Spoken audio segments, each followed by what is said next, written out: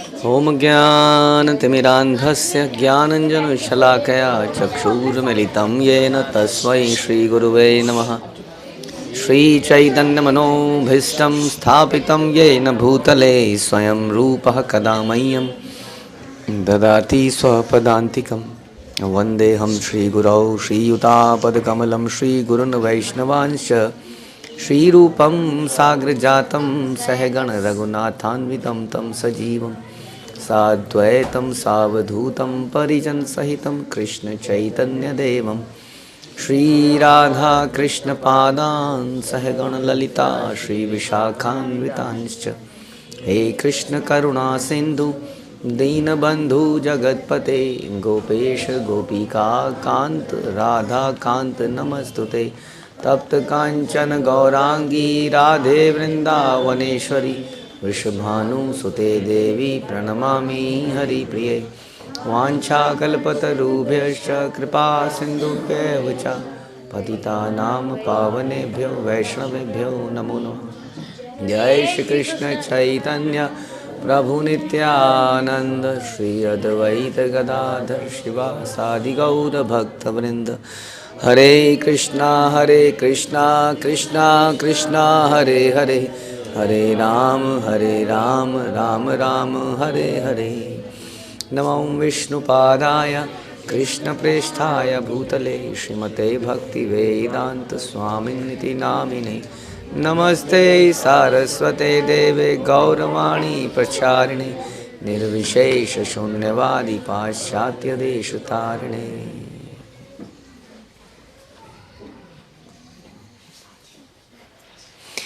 हरे कृष्णा। भगवत गीता अध्याय 3 कर्मयोग श्लोक संख्या 30। मयि सर्वाणि कर्माणि सन्न्यस्याध्यात्मचेतसा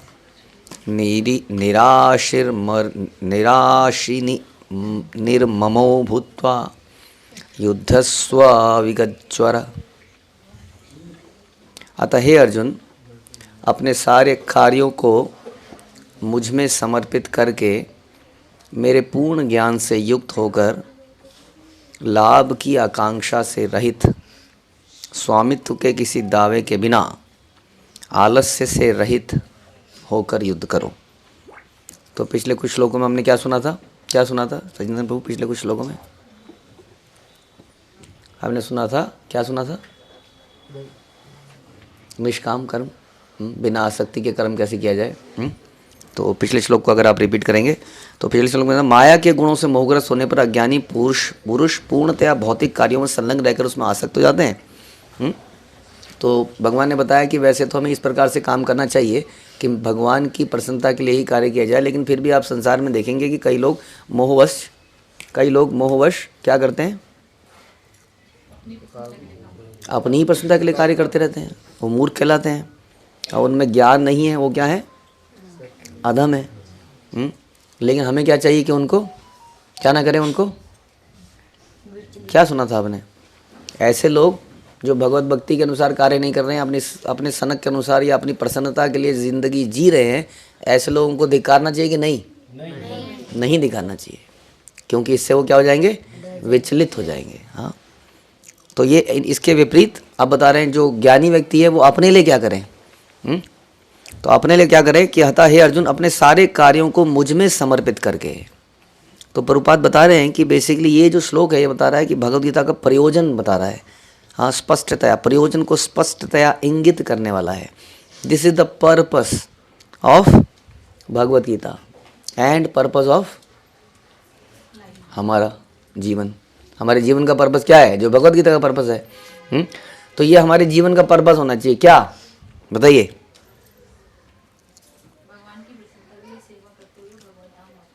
अपने सारे कार्यों को मुझ में समर्पित करो। ये ऐसा नहीं है कि अपने कार्य करो और उसका कुछ हिस्सा मुझे दे दो। 1%, 2%, 3%। समझ में आ रहा है? दोनों में क्या डिफरेंस है बताइए? अपने कार्य करो और उसका कुछ पार्ट दे दो, और अपने सारे कार्यों को मुझ में समर्पित करो। तो पहले से बताइए कि इन दोनों में से कौन सा बेहतर है? सेकंड मतलब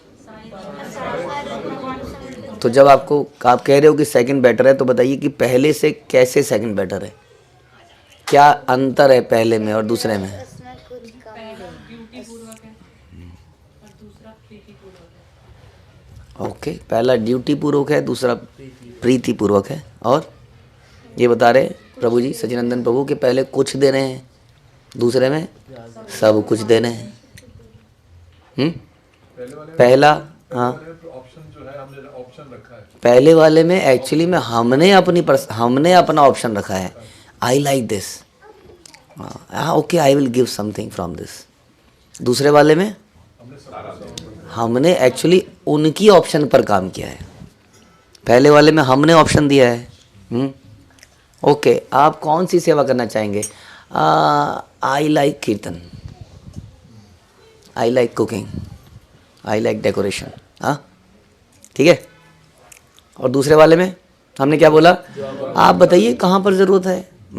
झाड़ू मारने की है, पोंछा मारने की है, हवाई जहाज चलाने की है, लेक्चर देने की है? आप बताइए कहाँ पर लगना है मुझे? दोनों में अंतर है कि नहीं? तो दूसरा ही बेहतर है, क्योंकि ऐसा बताया गया कि अनुकूलेन कृष्णानुशीलनम भक्तिरुत्तमा। कृष्ण के अनुकूल, जैसी उनको प्रिय है, उनको ज़रूरत है। और वास्तव में कृष्ण को तो कुछ ज़रूरत नहीं है, लेकिन फिर भी भगवान गीता में बहुत सारी चीज़ें बताते हैं कि कौन सा भक्त भगवान को सबसे प्रिय है कि नहीं? तो इसलिए हम उन कार्यों में लगते हैं। इसलिए श्रील प्रभुपाद ने भी बोला, अक्सर आपने सुना कि प्रचार ही सार है, क्योंकि भगवान बोलते हैं कि वो व्यक्ति मुझे सबसे प्रिय है, ना तो उससे प्रिय कोई होगा, ना कभी हुआ है, जो इस ज्ञान को दूसरों को बांटता है। और ज्ञान को बांटने में कई सारे अंग हैं। हाँ, जो भी हम कार्य करते हैं वास्तव में वो एक तरह का प्रचार ही है। प्रचार ज़रूरी नहीं है कि वो वास्तविक प्रचार हो, लेक्चर देना हो। तो इस प्रकार अपने सारे कार्यों को, उसके लिए जो भी कार्य करने हैं उसको मुझ पर ही समर्पित करें। हाँ, अपने सारे कार्य। तो हमारे कौन से कार्य हो सकते हैं? तो वो बताया इसमें, जो भी आपके कार्य हैं, जो भी आपके, हमने सुना वृत्ति परक कार्य, प्रेस्क्राइब्ड ड्यूटी, वो किसने प्रेस्क्राइब करी थी?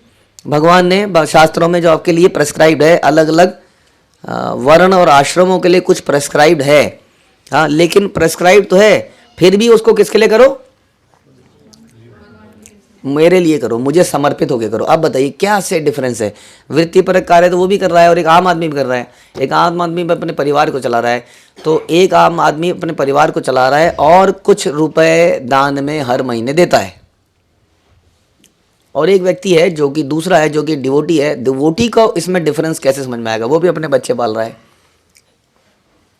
वो अपने पूरे परिवार को कृष्ण भावना में लगाने की कोई वो केवल दान से संतुष्ट नहीं होगा। वो देखेगा कैसे कि पूरे मैं तो सर्वेंट बनूं, टोटली सरेंडर बनूं, और कैसे सारा परिवार भी शरणागति होए। इसलिए वो छोटी छोटी चीज़ों में जब बच्चे को पाल रहा होगा, जब उसको बड़ा कर रहा होगा, हर चीज़ में क्या बताएगा?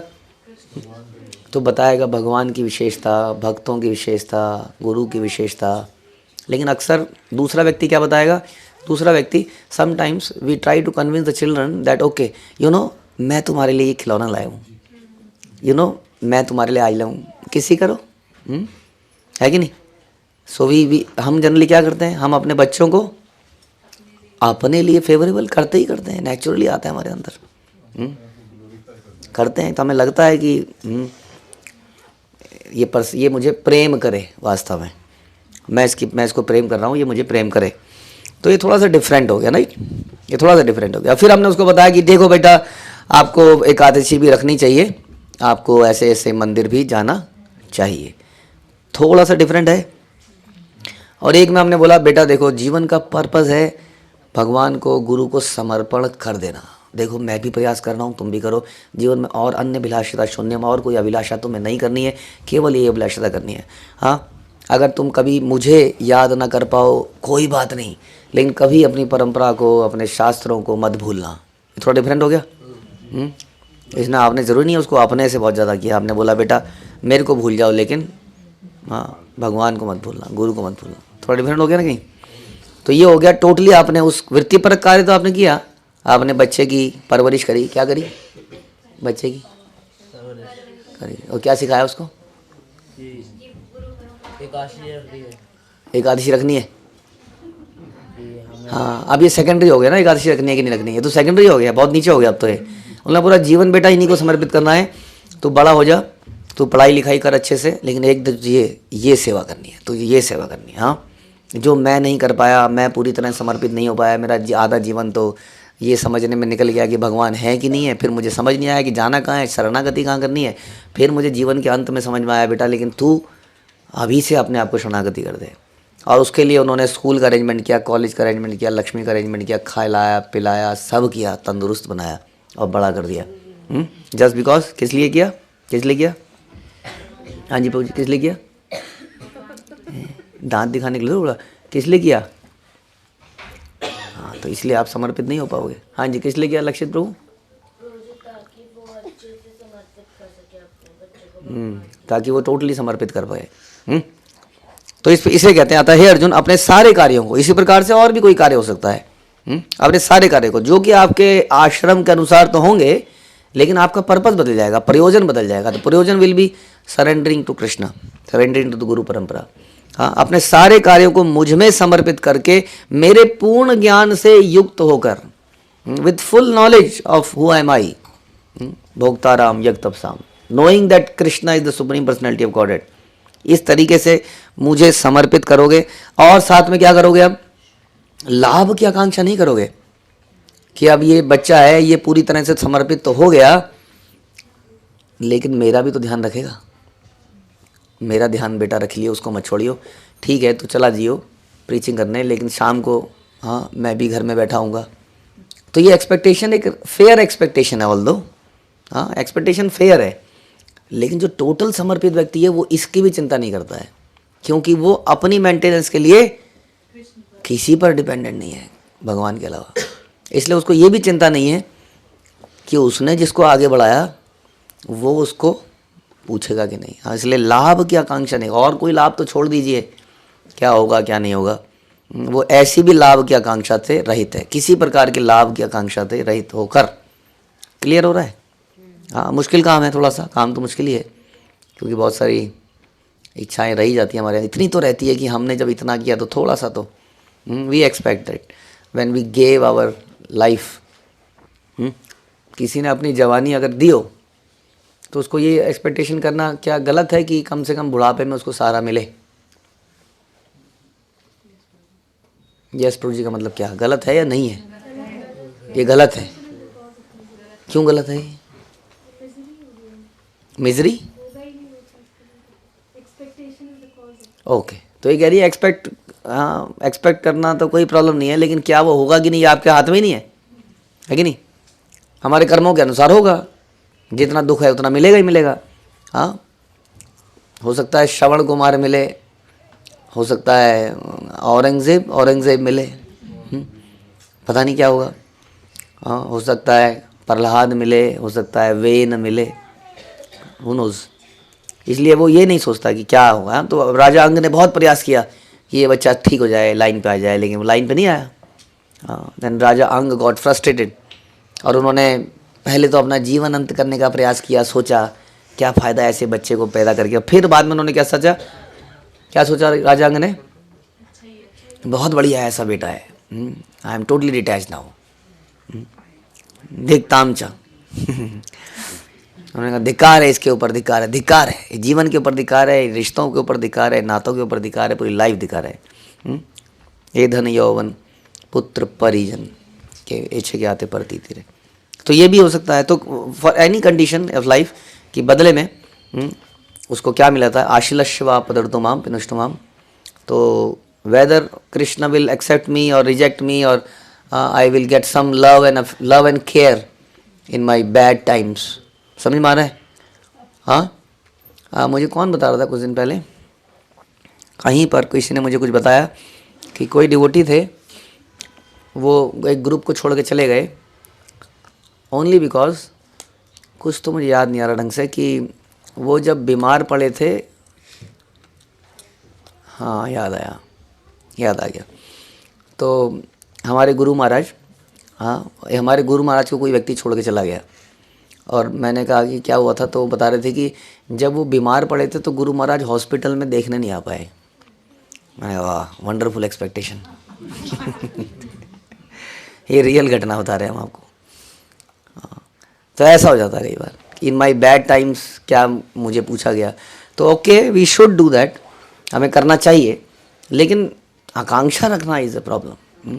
क्योंकि फिर हमने तो एक कृष्ण के लिए किया था, दैट इज़ कॉल्ड कि नचाओ नचाओ नचाओ इस मत है कि मुझे आप कठपुतली की तरह नचाइए एंड मैं उसमें कुछ बोलूँगा नहीं आपको, आपको जैसा करना है, आपको मैं पूर्ण स्वतंत्रता देता हूँ। हे भगवान, आपको जैसा करना है वैसा कीजिए, आप मुझे मारिए या मुझे बचाइए, I am your servant at your lotus feet. तो उसके लिए बता रहे हैं कि अपने सारे कार्यों को मुझ में समर्पित कर दो पहले तो, हाँ अब समर्पित कर दो, सारा फिक्स डिपॉजिट कर दो, सारा अपना धन बैंक में जमा कर दो और बाद में इंटरेस्ट को भूल जाओ। इंटरेस्ट भी तुम्हारा नहीं है, डिपॉजिट भी गया, फल की इच्छा मत करो। समझ रहे हैं? अभी हम लोग कई बार प्राइवेट बैंकों में भी पैसा डालने से डरते हैं, क्या पता डूब गया तो। ये कह रहे हैं, पहले ही से बता रहे हैं, इस एफडी में पैसा मिलने की कोई गारंटी नहीं है। अब वहाँ पर एफडी करेंगे हम, तो यहाँ पर बता रहे हैं ऐसी एफडी करने को बोल रहे हैं भगवान। सारा समर्पित कर दो और लाभ की आकांक्षा से रहित हो जाओ। इसका मतलब पहले ही बता रहे हैं कि मिलेगा नहीं। आदमी पक्का कहता है मिलेगा, तब भी चांस होता है कि नहीं मिलेगा, और जब पहले ही कह दे कि भैया डाउटफुल है तो समझ लो कि मिलेगा, फिर कभी नहीं मिलेगा। स्वामित्व के किसी दावे के बिना, स्वामित्व को दावा मत करना कि मेरी एफडी थी, इतना तो देना ही चाहिए कम से कम, मेरा इतना तो मेरा हक बनता है। हाँ, जब मैंने अपना समय दिया तुम्हें, मैंने अपनी जवानी दी, मैंने अपने बच्चे दिए, तो इतना अधिकार तो मेरा बनता है। तो बनता है कि नहीं बनता है? क्यों नहीं बनता? ये तो फिलोसफिकल हो गया। क्यों नहीं बनता अधिकार?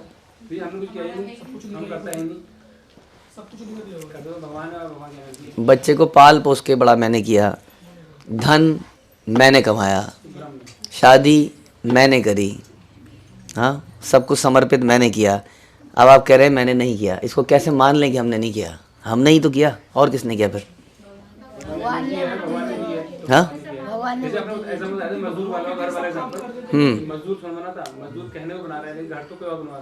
तो मजदूर ने चाबी को हैंड ओवर किया।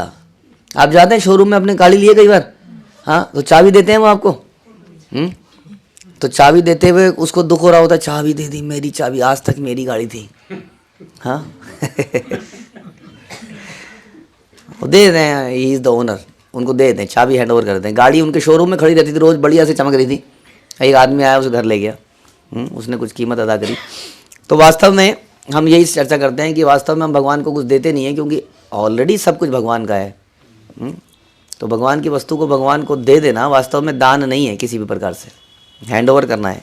तो इसलिए स्वामित्व का दावा क्यों? भोक्ताराम यज्ञ तपसम सर्वलोके महेश्वरम। मैं क्या हूँ? सारे संसार का क्या हूँ? सारे लोगों का भोक्ता हूँ। और क्या हूँ?